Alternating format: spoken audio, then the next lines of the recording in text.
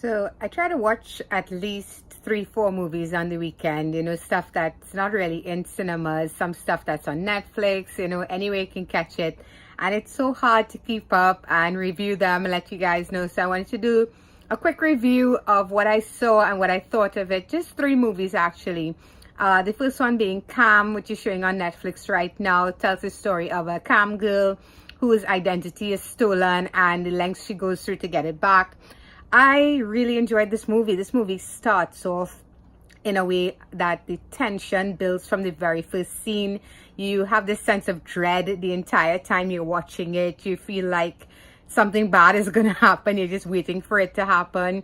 The lead actress, she does a fantastic job with the role. I'm not too sure how I feel about the ending of this movie, but that might just be me personally. I don't think I would have done what she did. But overall, I have to recommend this. There's one scene at the end of this movie, how she gets her identity back. Oh my goodness, it was really hard to watch. It seems so real and so brutal.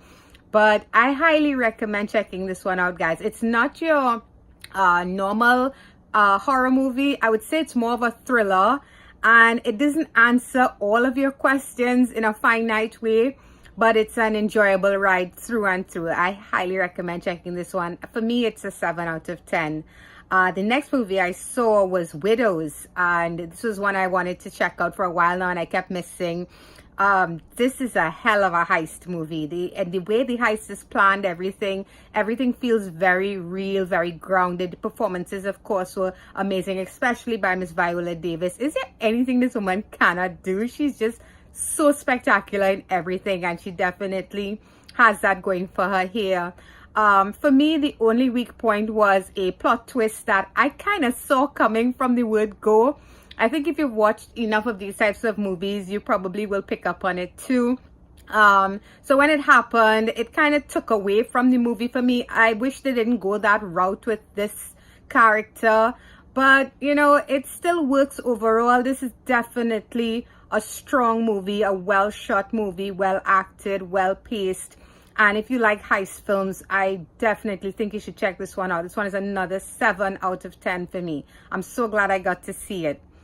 And the last movie on my list would be Boarding School. This is a kind of a horror thriller that I caught.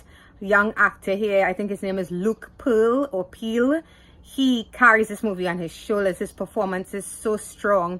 The movie definitely feels like it's a metaphor for struggling with sexual identity.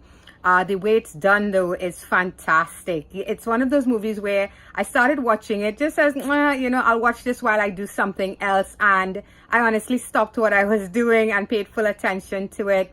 I really like this movie. It's a young cast of actors, most of them, and I don't want to give away too much about it.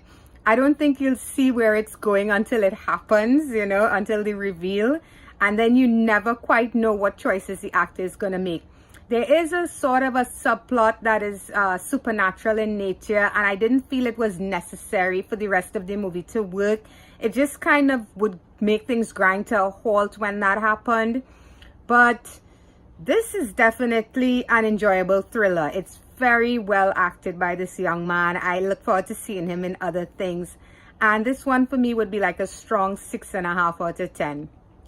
So that's it, guys. I just wanted to quickly touch on those 3 movies I saw and recommend them to you if you haven't seen them. I'm sure everybody's seen Widows but me. So definitely check those out if you haven't seen them. And until next time, guys. Bye-bye.